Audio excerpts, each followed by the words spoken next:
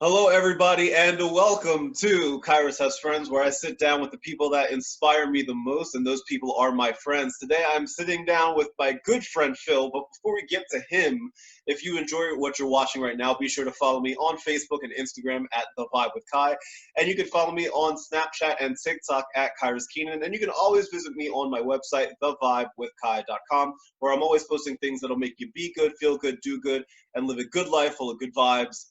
But enough about me. We are here with Mr. Melanin. Yes.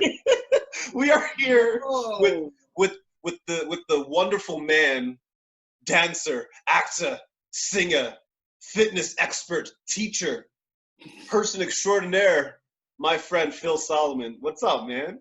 what's good, homie? It is so cool and so awesome to just be two charismatic black males celebrating one another. This week especially, we've been through it, but Why, Phil? Is there something going on in Black America right now? Is there something happening? I'm not sure what you're talking about. word on the street is we didn't have the best week ever. But here's what I will say. Here's what I will say though. Yes. If I have learned anything this week, it's that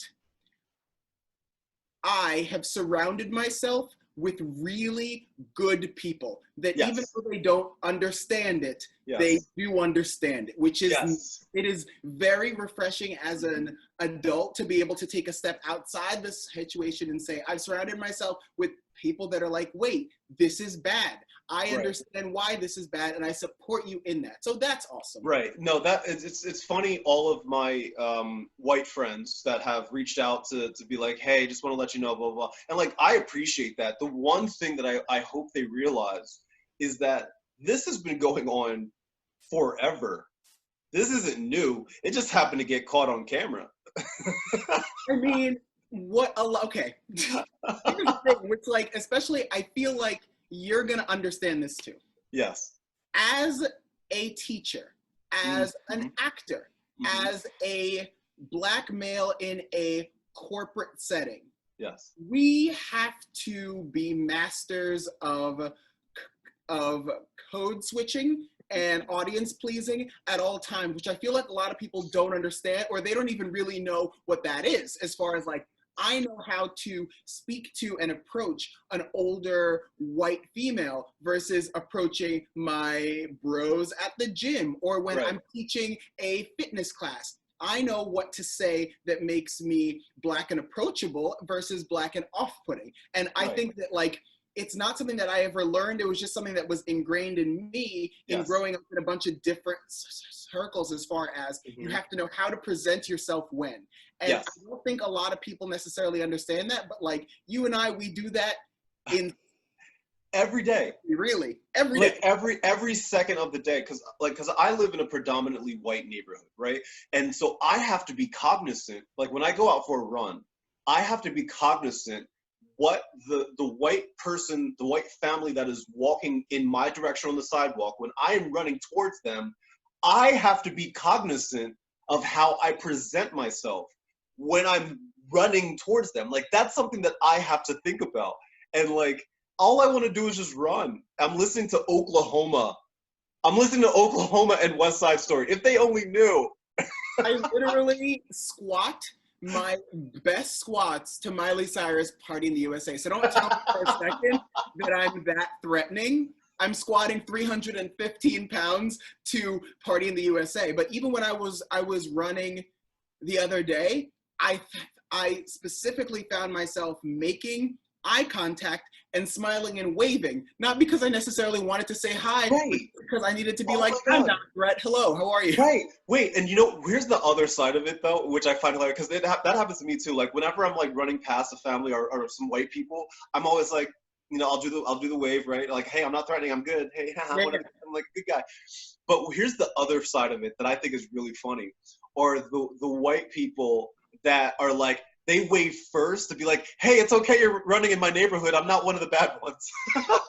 And like they like wave first, like it's like, hey, it's okay, you're good. and you're like, thank you.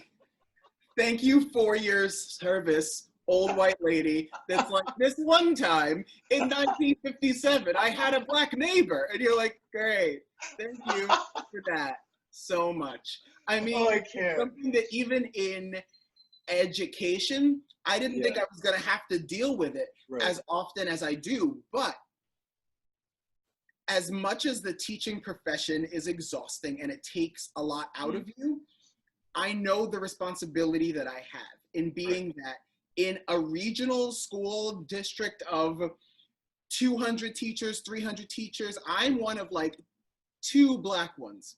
That's it. Wow, And so really? in grades kindergarten through 12, the odds are they will only Two have me. black people? They will only have me. So I know that I have a responsibility, and for me, I know that if I'm the only black teacher they'll ever have, I need to be good. I need to be on point because I Wow. am speaking for so many other people that they don't get exposed to. I did not know it was like that. So out of that entire school district, there's two black teachers. Yes, and we are not just a regular school district; we are regional. So yes. Good Lord.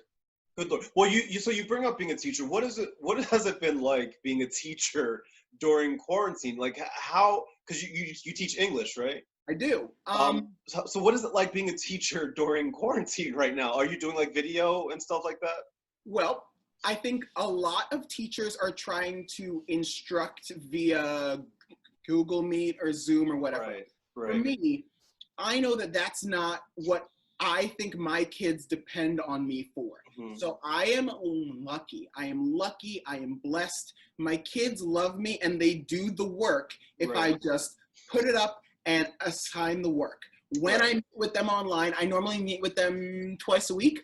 When right, I meet with them online, we probably spend about 5, 6 minutes talking about the assignment that they completed. right. And the rest of the 25 minutes, I go on tours of kids' houses. We have theme days, hat days. Everyone gets to bring a dog, a cat, a little brother. Like, because I know for me, they count on me for the personality stuff. They Yes, count on me to just feel okay. And so yes. for me, as long as they can complete the work and hand that in, they don't really need me to sit here at home with a dry erase board and be like, adjectives, Right. they don't need that. They don't need Right, right. So like I wish I had a teacher like you when I was in school because I see the stuff that you post, right? Like of you just like looking fly as hell. Just like you're just like, I got the good light through this window, I'm gonna take this picture, I'm gonna hit that that. pose, I'm gonna hit it, right? And like you're like mad chill and you're right. I mean your students like love you. And I wish I had like I mean I've had plenty of good teachers, but like you like legitimately care. Like not that these other teachers don't, but like you go above and beyond for these students sometimes and like they tend to react really well to that, so you're able to do like these things where you spend more time looking into their lives and them looking into yours than with English and stuff like that. What have your other fellow teachers been talking about you with in regards to this quarantine? Well, as far as you wish you had a teacher like me when you were in middle school. To be honest, I wish I had a teacher like me when I was in middle school. Sure, When I sure. started teaching, my rule for 7th grade, which is the worst grade, I went there because everyone was like, "Why do you teach 7th?" And I said, "Because 7th grade was the worst year of my life, and so now I've made it my life's work to make sure Right. that these kids have the exact opposite experience." And so, Interesting. knowing that, I said that I was going to be the type of teacher in middle school that I wish that I had in middle school, to let me know that, like, hey, you're going to do some stupid stuff, but you're going to be okay. The Right, world is going to right. feel like it's falling apart. You're going to think Axe is deodorant. Like, you're going to make a lot of poor choices. But Wait, you're you, saying it's not? I make them do it on the first day of school. I say, repeat after me.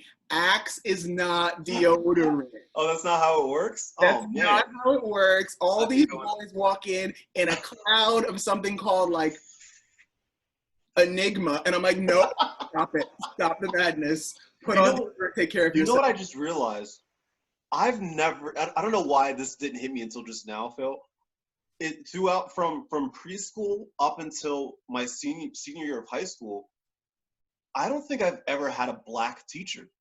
I didn't either. I didn't have a single black teacher. I don't Nope. know why that legit did not just hit me until just now. I didn't have a single one, at least none that I can I can think of that were in my main like course structure. And even in college, I don't think I had any black teachers my entire life. I'm dead ass serious. I don't think I've ever had one. I never had one. That blows my mind. I never had one. And for me, I think the kids don't even realize that they have one till like October when I like, no, honestly, I bring it up and I go, well, in being one of the only black teachers in my district, and they're all like, I'm like, oh, y'all didn't know? Y'all didn't know I was black. They were like, well, I mean, Surprise! I guess we never really like looked at it. I'm like, no. The thing is, it cannot be a matter of, I don't know that you're black. I go, no, you're allowed to know. Right. And what that means is that I can expose you to a whole different set of experiences and set of backgrounds that you weren't aware of. And that's okay. We can all admit that, like, I am black, you are not, and that's fine. Right. All cool. We can still support one another. Like, one of the best discussions I think I've had this year is one of my kids in September and October brought up the whole like Black Lives Matter thing, and I was okay, let's do this. And let's go there. All right, you want to go there? We're gonna go there then. So I drew it up on the dry erase board, and I wrote Black Lives Matter, and I wrote in parentheses more than anyone else. And then under that, I wrote Black Lives Matter in parentheses as much as everyone else. And then, I took a quick survey of like who believed that the unspoken part after it was number one. And more than half of them were like, and then we talked about it. And I said, listen, it would be like if everyone in the class has pizza and I want pizza, should I be allowed to have some? And they were like, well, yeah. And I was like, but does that take away the pizza from any of you? They were like, no. I was like, there we go. Now we can all have a pizza party. We solved racism. That's all. Pizza parties. Pizza parties. Let's get together. Us black people, let's get the Trump people, let's get the Biden people, let's get all of us into one room, have a big old pizza party. A pizza party solved everything in elementary school. I don't know why we why don't we resort to that more? I don't know. I agree. So I want to talk to you about fitness and staying in shape and all that, because like this is something that I know that you're passionate about. Obviously because you decided to wear a string as your outfit today. Yeah. So obviously with a lot of the gyms being closed and stuff like that, have you had any trouble like trying to stay like in shape and healthy during the quarantine? Well, little known fact, which a lot of people who don't know me are aware. I was super overweight till my senior of high school. I dropped to like 50 pounds in 3-4 months or so. And so in spending most of my life super overweight, I decided I was like, I have to make a change. And so I started with running a half mile. Then I ran a mile. Then I ran 3 miles or whatever else. So for me, I'm mostly based in running anyway. Okay. I only really started weightlifting like 5-6 years ago. And in staying home during quarantine, I bought a spin bike, so that's awesome. Very nice. Okay. I will also say I downloaded the fitness app from Peloton. Oh, so you're a Peloton user through and through? Yeah, you're part of it? You can use any spin bike and it gives you workouts for body weight, weight training, walking, yoga, running, no matter what it is. The music is insane. Trainers are insane. So I am in no way sponsored by them, but I will say invest. The first 2 months of it are free, and then it's $9.99 after that. So for me, I've probably lost 4 pounds this quarantine. I put my scale in front of my fridge so that I learn my lesson. I swear to you, it's still there right now. That's hilarious. But I've actually been working out like 2 times a day, sometimes 3. Who knows? Well, I can't tell. I mean, it looks like that you're letting yourself go, Phil. Like, I mean, Just like, and you also, so you said you started like lifting weights, you know, not too long, like 5 years ago, and you used to do like the muscle man circuit, like stuff, right? Oh, Like yeah, like that's not easy that to is do. that is not easy. How did you do it? Because I remember you sharing pictures of, like, you know, going through and just training for these things and then going to these competitions where, I mean, you're just like, what is training for that like? Good Lord. Training for that, it's a 12-week process normally. So you have to know when your show is and then get a trainer that's willing to work with you from week 1 through 12. Weeks 1 through 4, you're just trying to pack on as much muscle as you possibly can. Okay. Then you are shredding for your life. Every calorie counts. You're normally doing, like, I normally do starved cardio, which is cardio within the first like hour of waking up. I normally do that at like 4:30, 5 a.m. And then I do like 35 minutes of that before school. Workouts are twice a day. I'm eating absurd things. I'm eating salmon and tilapia at 6:45 in the morning. It's gross and disgusting, and I feel awful, but I look like a whole snack. So like I'll deal with it. Like it's fine. Wait, what was the thing that you used to say to me about being a snack backstage during shows? I forgot. Do you want to have a snack or look like a snack? Like those That's are what it is. Do you want to have a snack or do you want to be a snack? right. Like those are it. You have to pick. And for me, it's just in losing weight. I was like, okay, what do I want to do? I want to become smaller. So Right. I did.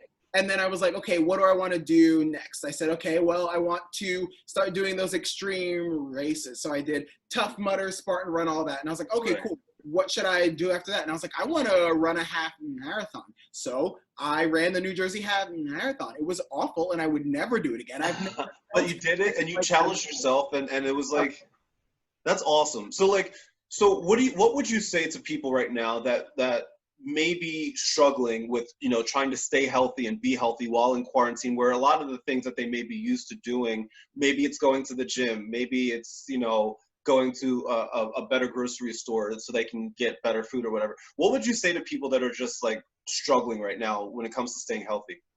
I think for me, the easiest thing I can say is plan. Give yourself 2 solid weeks of, even if you say on Wednesday, I'm going to run a mile.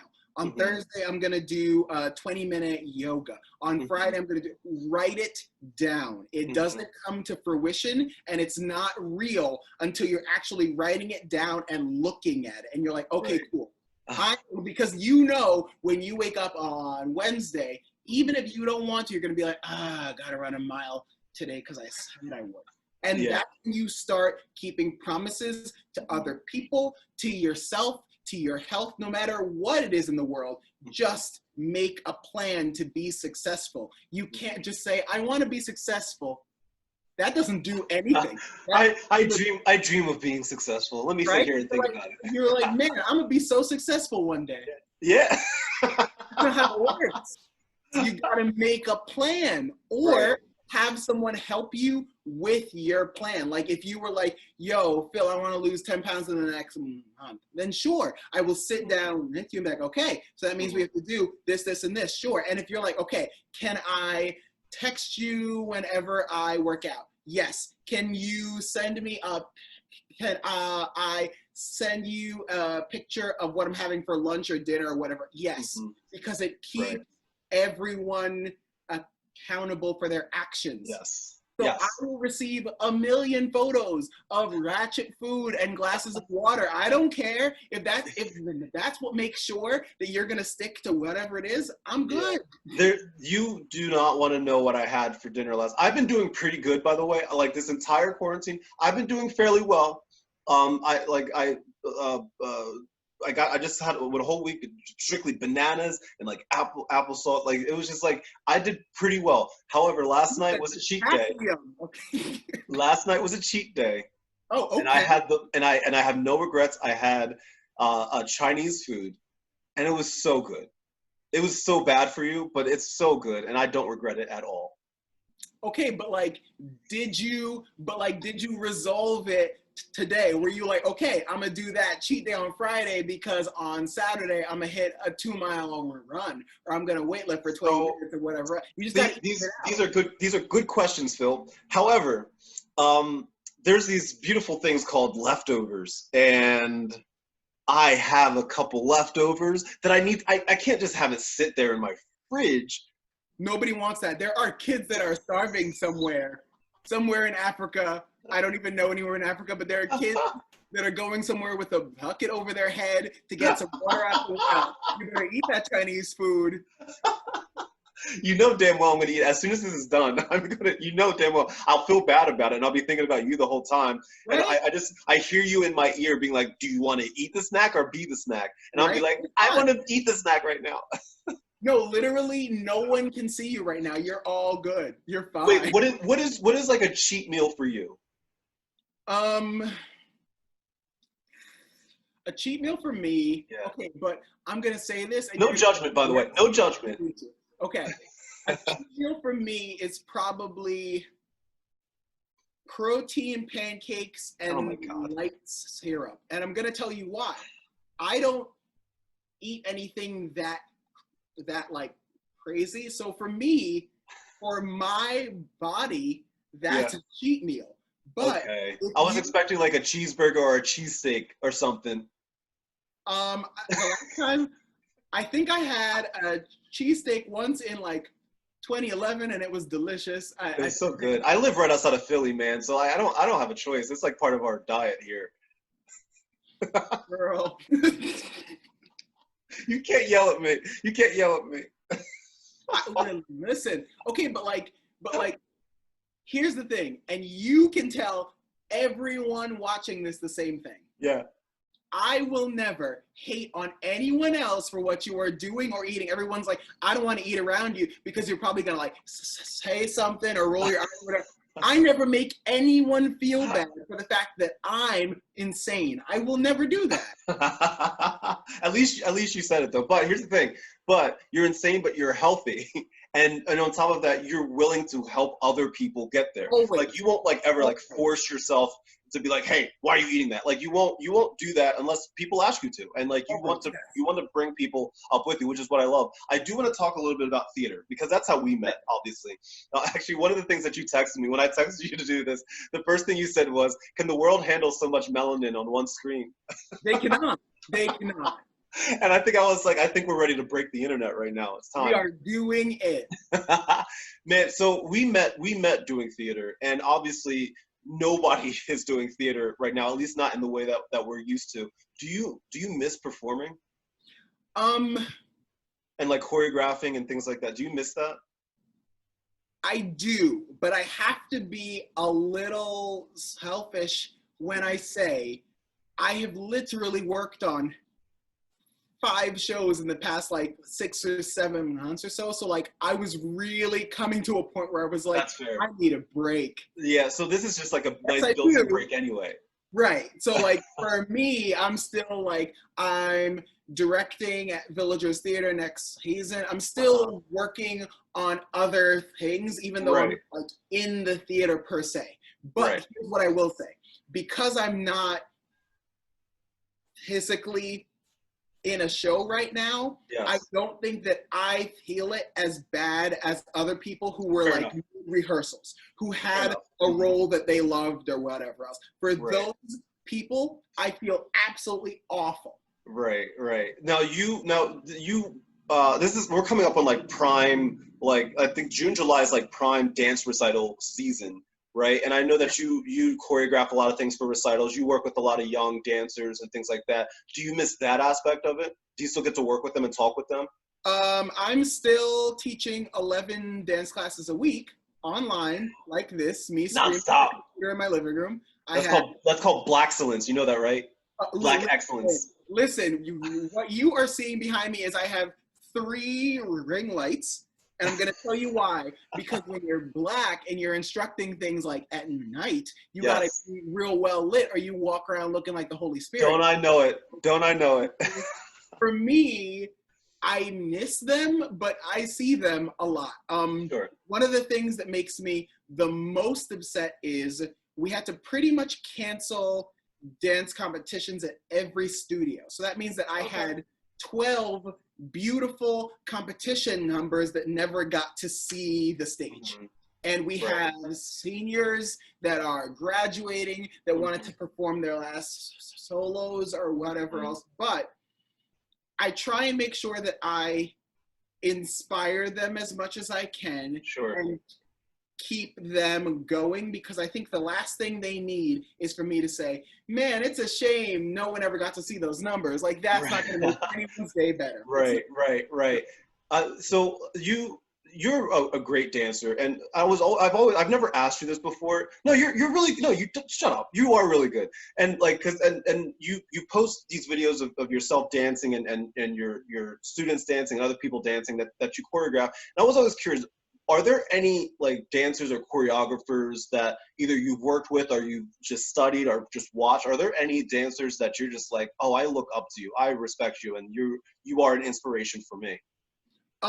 Yeah, I think professionally speaking, I love the work of, let me think. I love the work of Brian Friedman, Travis Wall. But like, those are really big names that I think a lot of people look up to. So for me, I prefer to like really dwell on the inspirations that I have of people that are like in the area, like people around us. Like for me, I love working with Patrick.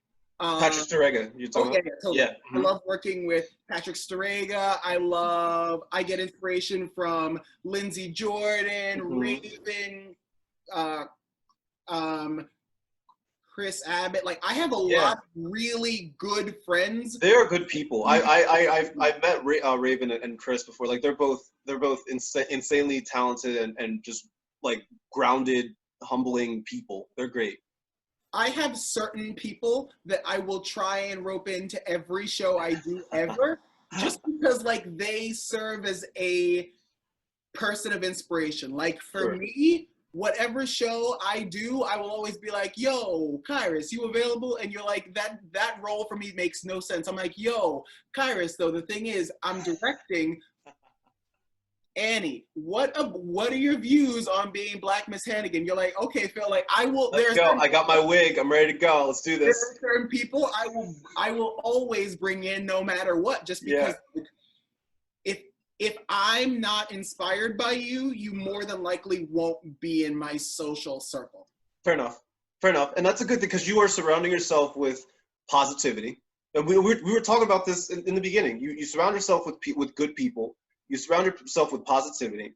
You surround yourself with people that challenge you in a good way, you know, that challenge you to be better and to do better. And that's what makes us just excel. Like, I know for me, like as an actor, as a director, and as a writer and all this stuff, I look at the people that I'm surrounded with, like people like you and so many other people that I just see doing their thing and hustling and just working their ass off every single day.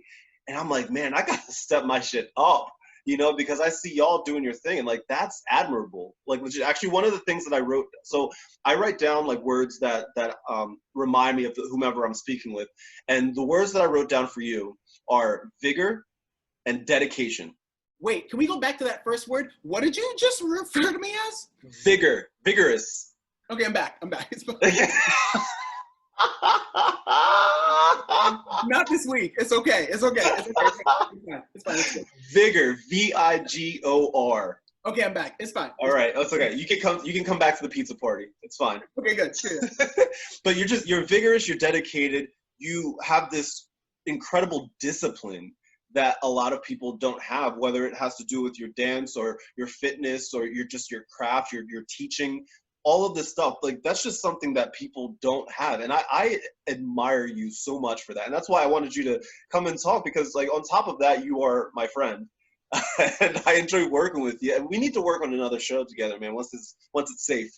We do, because like for me, this is gonna sound cliche and stupid, but I surround myself with kings and queens in everything, in fitness, in dance, in education, in love, in life. Yeah. Maybe not so much right now in love. If you want, hit me up on Tinder. But like at the same time, I surround myself. Did you just turn my web series into a dating app? Listen, Is that what you just don't did? put my Instagram handle at the bottom of this screen somewhere, I will. I'll do it. No, but like for me, one of the things that I've learned is you have to surround yourself with people that you can learn from.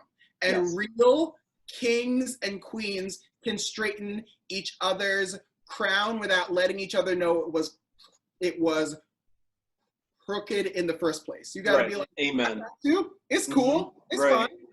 Good. Here you go. And 5, 6, 7, 8. We're fixed. We're good. And I have some amazing people that will support me, but also people like you that will, number one, support me, but more importantly than that, be like, no, Phil, that's bad. We can't. Oh my God. Wait, I don't think we've ever, for as much theater as we've done together, because I've directed you, you've choreographed me, we've been in shows, but not like directly. I don't think we've ever had like a line of dialogue together before. We cannot, because normally everyone thinks we're the same person. And so the thing is, before I actually was in a room with you, I was auditioning for shows and they were like, yo, I know you Kyrus. I'm like, I'm not. But the thing is, so like, a lot of people have never seen us in the same room, but we exist, I swear. We're not in the same room right now. For all we know, I filmed this in one section and then I filmed it in another section. I mean, right? I mean, this doppelganger is wearing a shirt. That doppelganger is wearing a rubber band. Listen, don't be a hater today. I am not. Listen, I am not. I'm jealous. Shit, I'm sitting here thinking about my Chinese food. Meanwhile, you're just like, I'm gonna be the snack. I'm like, I'm gonna eat the snack because I'm hungry. It's fine. It's good. The world needs that. I can't with you. This is why I love you to death, man. And I appreciate you sitting down and chatting with me today. And you're a good person. I enjoy working with you. I can't wait until we're able to like work together again, like in the future. And if anything, at the very least, once it's safe, we are going to go out. We're going to get a drink and just talk shit. I want to hug you. I want to be 2 feet away, touch your whole face. I want it. I've been telling people, I was like, once we're allowed to, like, once everybody's like allowed to like touch again, I am hugging everybody and I'm not letting go. I'm gonna hug like, you know, those people that hug for like 5 seconds too long. I'm gonna hug that. I'm gonna hug and make sure it's like uncomfortable. All right. Cool. You know what? I think I'm such a hugger that like I'm all about it. Like it's just like I'm not letting people go at all. It's gonna happen. But Phil, thank you so much. Bring it in. Oh, there it is. Let's go. Thank you so much for sitting with me, man. Hey, everybody else, if you enjoyed this, be sure to follow me on Facebook and Instagram at The Vibe with Kai. Follow me on Snapchat and TikTok at Kyrus Keenan. Follow me on my website at thevibewithkai.com. Phil, my man, mwah, mwah, mwah, mwah, mwah. I love you to death. Yes. Love you. Everybody else, good vibes. Bye. We did it.